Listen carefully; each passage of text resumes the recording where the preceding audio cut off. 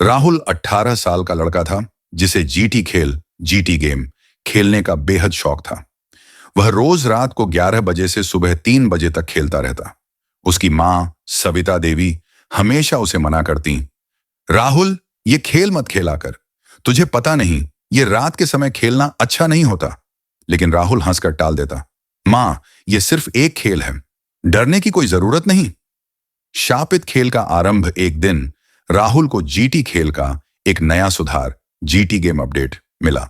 शापित संस्करण cursed addition. उसे कुछ अजीब सा लगा क्योंकि इस सुधार के बारे में किसी ने कुछ नहीं सुना था, लेकिन खेल के प्रति दीवानगी थी, सो उसने इसे अपने यंत्र मोबाइल में स्थापित कर लिया। रात के 12:15 पर जब उसने खेल शुरू किया तो पर्दे पर अजीब सी चेतावनी आई, इस खेल को अकेले खेलना खतरनाक हो सकता है, क्या आप आगे बढ़ना चाहते हैं? राहुल ने हंसते हुए हां दबा दिया। जैसे ही खेल शुरू हुआ उसे अपने कमरे का नक्शा पर्दे पर दिखने लगा।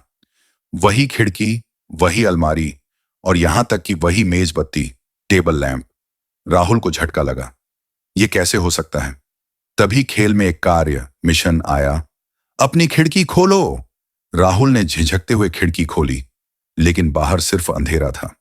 खेल और वास्तविकता का संगम अचानक पर्दे पर लिखा आया, अब पीछे मुड़कर देखो। राहुल का दिल तेजी से धड़कने लगा।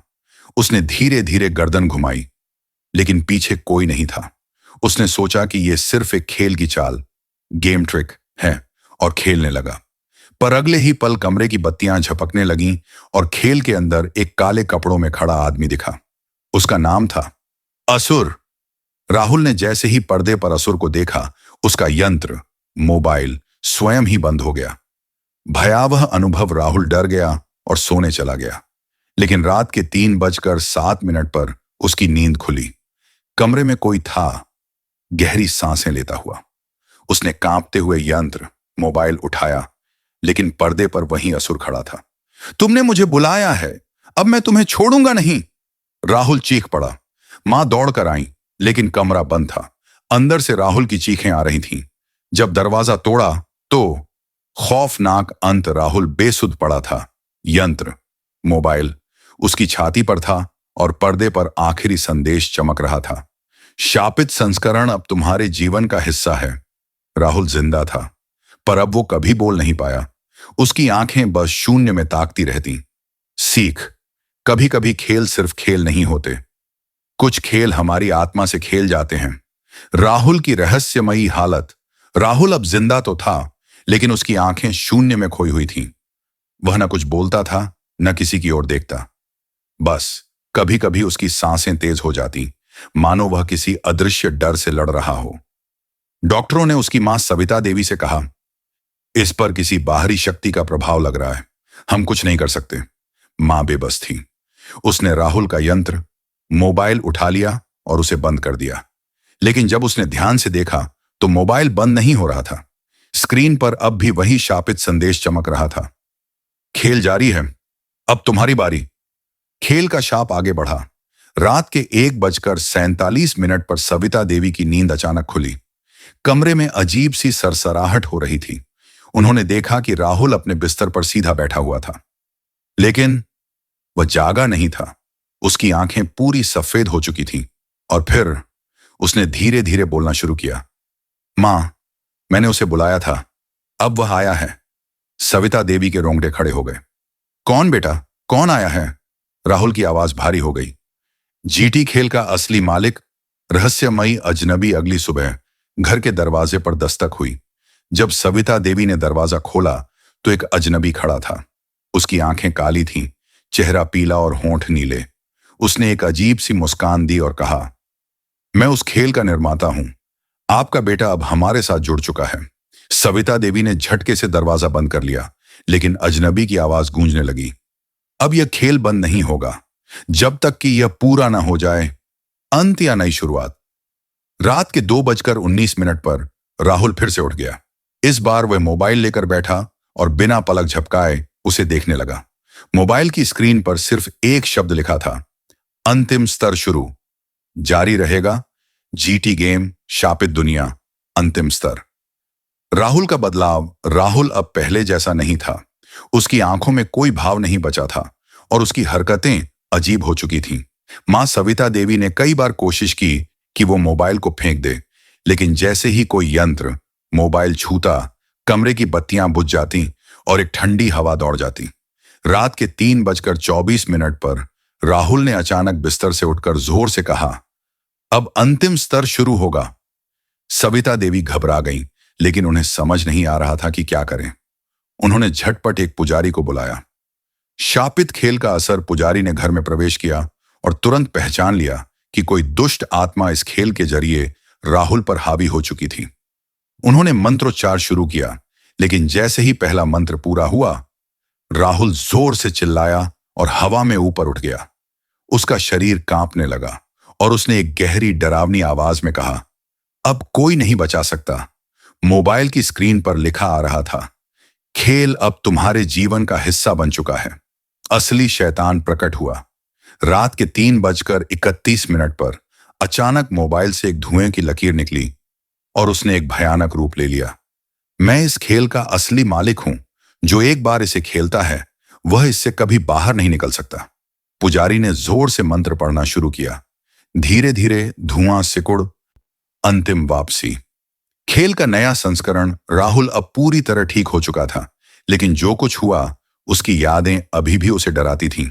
मां ने घर से सभी यंत्र, मोबाइल, लैपटॉप, टीवी हटा दिए ताकि वह फिर कभी इस खेल के संपर्क में न आए। लेकिन रात के 12:43 पर कुछ अजीब हुआ। राहुल के कमरे में रखा पुराना रेडियो अपने आप चालू हो गया और उसमें से एक डरावनी आवाज आई, क्या तुम तैयार हो राहुल? अंतिम स्तर अभी बाकी है। राहुल का पूरा शरीर ठंडा पड़ गया। उसने डरते डरते रेडियो बंद करने की कोशिश की, लेकिन जैसे ही उसने बटन दबाया, टीवी अपने आप चालू हो गया। स्क्रीन पर एक ही संदेश चमक रहा था, तुम इसे रोक नहीं सकते। राहुल की लड़ाई। राहुल अब समझ चुका था कि यह खेल सिर्फ एक डिजिटल खेल नहीं था, बल्कि एक आत्मा का शाप था। रात के 1:07 पर उसने हिम्मत जुटाई और जोर से चिल्लाया, मैं इस शाप को हमेशा के लिए खत्म करना चाहता हूं। तभी कमरे में अंधेरा छा गया। राहुल को लगा जैसे वह किसी और ही दुनिया में खिंचता चला जा रहा है।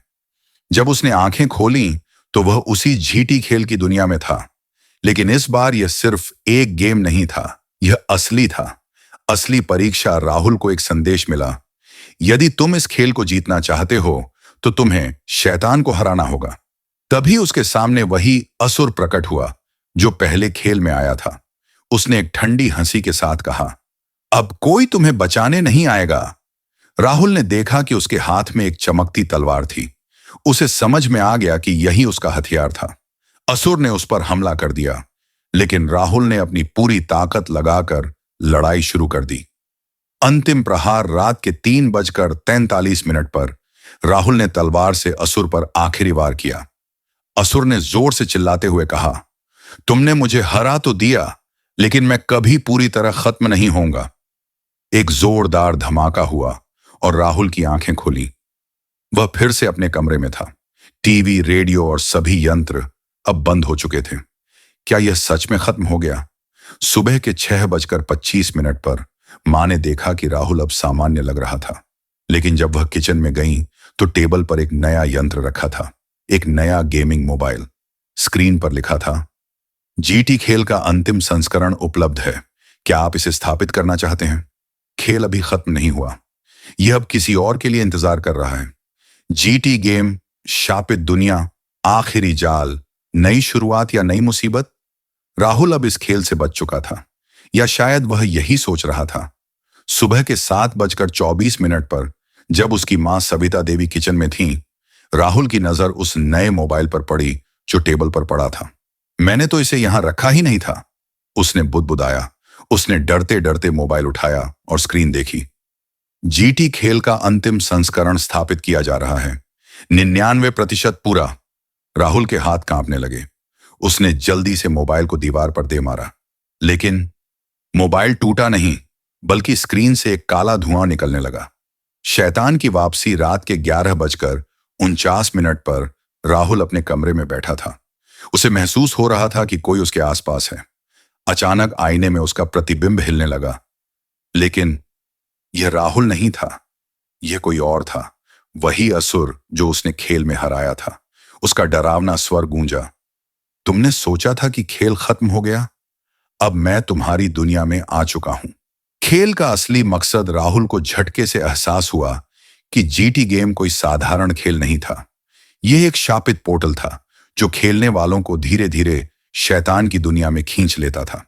लेकिन अब खेल उल्टा हो गया था। अब शैतान इस दुनिया में आ रहा था। रात के 12:01 पर घर की बत्तियां अपने आप जलने बुझने लगीं। मां दौड़कर आईं, लेकिन जैसे ही उन्होंने राहुल को देखा, उनकी चीख निकल गई। राहुल की आंखें पूरी काली हो चुकी थीं। वह धीरे धीरे मुस्कुराया और कहा, अब मैं खेल का हिस्सा नहीं हूं। खेल अब मेरा हिस्सा बन चुका है। क्या यह अंत है? सुबह के 4:28 पर सविता देवी का घर पूरी तरह शांत था, लेकिन राहुल अब वहां नहीं था। टीवी की स्क्रीन पर सिर्फ एक संदेश लिखा था, जीटी खेल का अगला खिलाड़ी ढूंढा जा रहा है। क्या तुम तैयार हो? खेल खत्म नहीं हुआ, यह अब तुम्हारे लिए इंतजार कर रहा है।